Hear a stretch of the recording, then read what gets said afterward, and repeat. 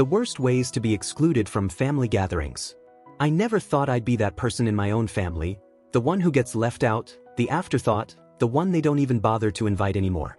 But here I am, watching my family post pictures of their get-togethers, smiling like they don't have a care in the world, while I sit at home, wondering if they even realize how much it hurts. The ghosting effect. This one hits hard. It's the slow fade, the gradual disappearance from conversations and interactions. At first, I thought I was just being paranoid. Maybe I was overthinking it? But then I started noticing things. They'd bring up childhood stories that involved me, and laugh about them, but never with me. Embarrassing things I barely remembered, things that made me cringe. And yet, they'd share them like I was just a character in their sitcom, something to mock for their entertainment. The worst part? They'd tell these stories in my presence, like I wasn't even there, like I was just an invisible ghost floating around, completely irrelevant. Then came the group chats. I'd see messages slow to a trickle, then dry up completely. I'd find out they'd made plans I would have loved to be a part of, only after the fact. The photos, the inside jokes, the "you had to be there" moments that I wasn't even given the option to be there for. It wasn't outright cruelty. It wasn't a fight or an argument. It was just silence. And in some ways, that hurt more. Passive-aggressive exclusions. Then there were the subtle digs, the little comments meant to cut, all while hiding behind the shield of, "Oh come on, I'm just joking." "Oh, we didn't think you'd be interested." Translation: "We didn't want you there. You never show up anyway." Translation: "We make plans without you, then blame you for not coming. You take things too seriously." Translation: "We enjoy excluding you, and we don't want you to complain about it." It wasn't just words, though. It was the way they formed their own little cliques within the family, little exclusive circles where I wasn't welcome. I'd walk into a room, and conversations would pause. Glances would be exchanged. It was obvious. I wasn't supposed to be part of their world anymore. The silent treatment. I tried reaching out. I really did. I'd send messages, ask how they were doing, try to keep a connection alive. Sometimes they'd respond, short, polite, surface-level replies. But more often than not, I'd be met with silence. Left unread. Calls ignored.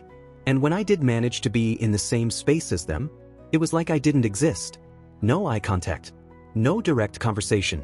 Just this weird, suffocating avoidance, like acknowledging me would be too much effort. It made me wonder, what did I do? When did I become the outsider? The unintentional exclusion that doesn't feel so unintentional.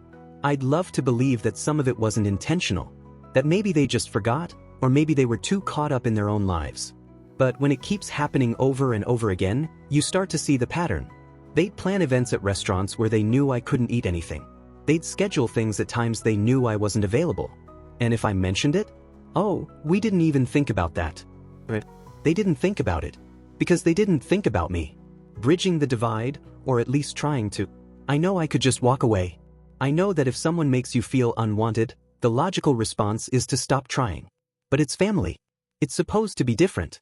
So I tried. I brought it up, gently at first, then more directly when the gentle approach didn't work. The responses? "You're being dramatic. We didn't mean anything by it. You're too sensitive." No accountability. No acknowledgement. Just deflection and gaslighting, making me feel like I was the problem for even noticing how they treated me. And yet, despite everything, I still want to be included. I still want to be seen, to be valued, to feel like I belong. Because the truth is, exclusion doesn't just make you feel unwanted, it makes you question your own worth. And that's the worst part of it all. The confrontation. I wasn't supposed to know about the next family gathering.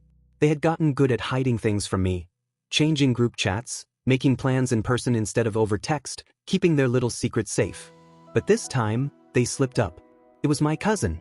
She wasn't even thinking when she mentioned it.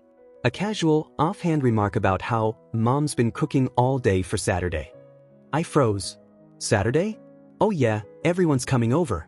Should be fun," she said, then her face dropped as she realized what she had just done. I didn't even react. I just nodded, gave a tight-lipped smile, and pretended I hadn't just uncovered proof that my entire family was, yet again, excluding me. But this time, I wasn't going to sit back and take it. Infiltrating the gathering. Saturday night, I pulled up to my aunt's house, the same house I grew up running around in, the same house where I used to belong.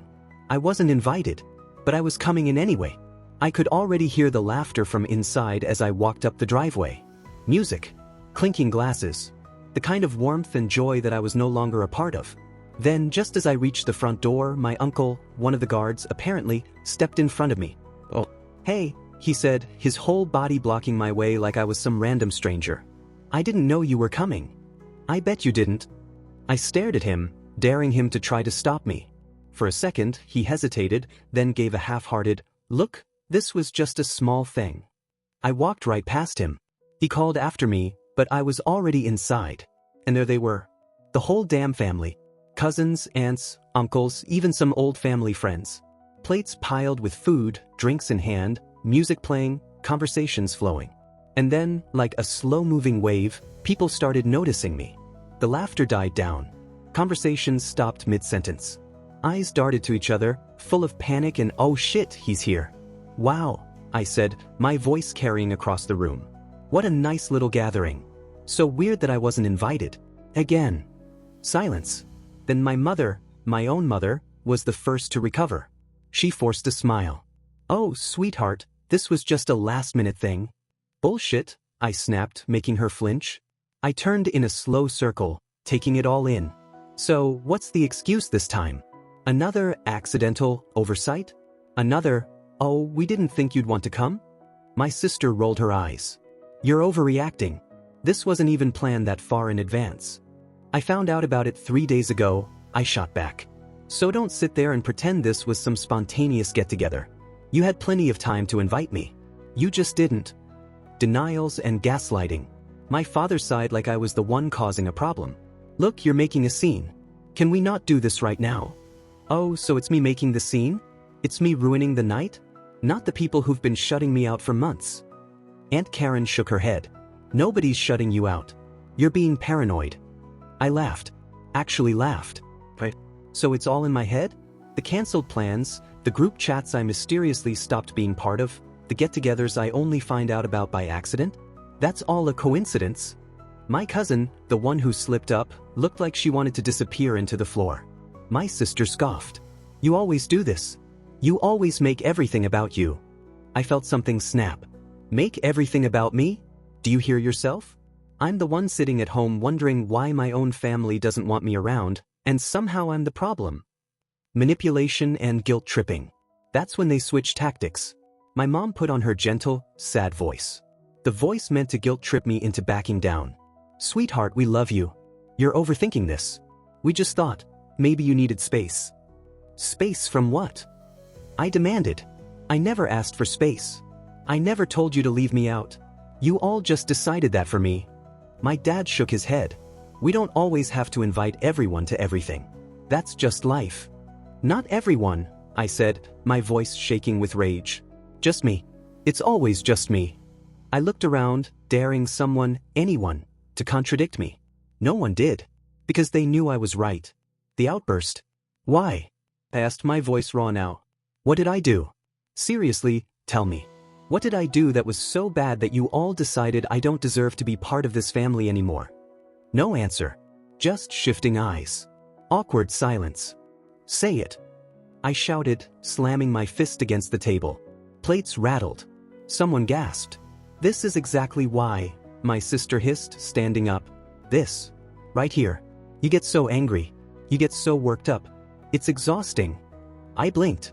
"You're blaming me for being upset that my own family abandoned me?" "We didn't abandon you," my mother insisted. "Then what do you call this?" I gestured wildly around the room. "You all knew what you were doing. And you kept doing it. Over and over again. And when I finally call you out, suddenly I'm the one causing problems." Silence. That was the moment I realized they weren't sorry. Not really. They were embarrassed, sure. They felt caught. But they weren't sorry for what they did. They were just sorry I forced them to face it. The aftermath. I let out a bitter laugh, shaking my head. "You know what? Don't even bother inviting me anymore. I wouldn't want to be here anyway." I turned and walked toward the door. No one stopped me. No one called after me. And that silence? That hurt more than anything. Did you enjoy the story? Want to hear more? Then don't forget to like, comment, and subscribe. Your support helps my channel grow, and I truly appreciate it. Thanks for watching, see you next time.